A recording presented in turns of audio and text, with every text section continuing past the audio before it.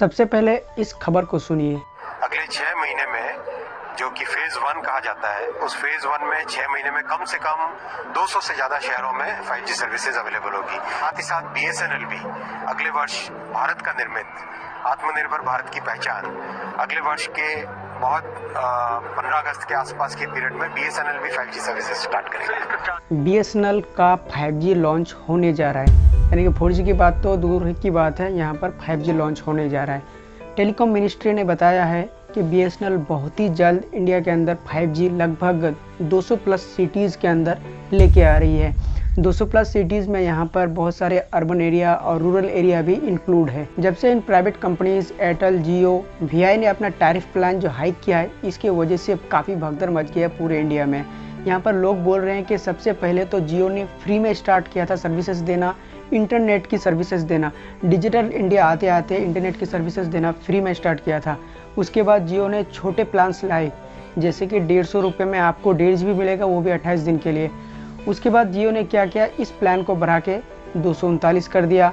अब तो इतना कर दिया है कि वो प्लान 300 आ गया है। अब 300 आने के बाद 300 वाला प्लान 350 में आ रहा है। अगर आपको 2 GB इंटरनेट चाहिए तो आपको 350 का रिचार्ज करना पड़ेगा। महज कितने दिन के लिए?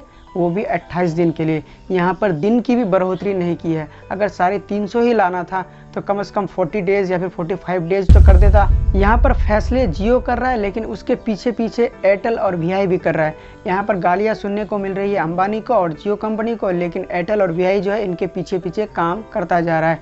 सबसे पहले तो जियो ये काम किया, एयरटेल और VI भी ये काम कर दिया। जैसे एयरटेल और VI का भी रिचार्ज सेम ही है। सबसे पहले तो एयरटेल का अगर रिचार्ज करेंगे 1.5 GB के लिए वही 300, और अगर 2 GB चाहिए तो 350, और अगर एयरटेल में आपको अनलिमिटेड नेट चाहिए तो 350 का कम आप रिचार्ज कर ही नहीं सकते। यहाँ पर लोगों के लिए बहुत ही अच्छा ऑप्शन बनने जा रहा है BSNL में अपना सिम को लेके जाना, BSNL में अपना सिम को पोर्ट करना।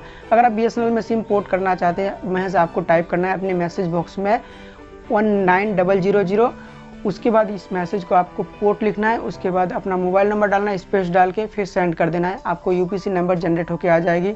आप किसी भी रिटेलर के पास जाके अपना सिम पोर्ट करा सकते हैं। और यहाँ पर आपको शुरू में BSNL 245 रुपये में 2 GB पर डे दे रहा है, और वो भी 45 डेज़ के लिए। और BSNL ने एक प्लान लॉन्च किया है 1.5 GB वाला, वो भी 139 रुपये में। 139 का आप रिचार्ज कीजिए, आपको 1.5 GB पर डे मिलेगा 28 दिन के लिए। कितना कम है, जैसे कि 300 वाला में आपको 139 में मिल रहा है।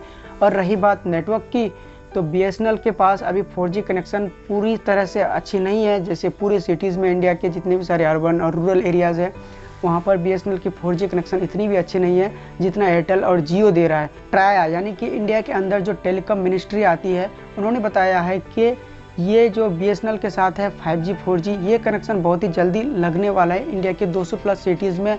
यहाँ पर 200 प्लस सिटीज़ में जो ही ये काम कंप्लीट हो जाएगा, उसके बाद जितने भी सारे रूरल एरियाज़ है, बैकवर्ड एरियाज़ है, जहाँ पर पूरा का पूरा फॉरेस्ट लाइक एरिया है, वहाँ पर भी ये सर्विसेज देने लगेगा। कुछ लोग बताते हैं कि अंबानी के बेटे की जो शादी थी, इसकी वजह से प्लान्स जो है हाइक हुए हैं।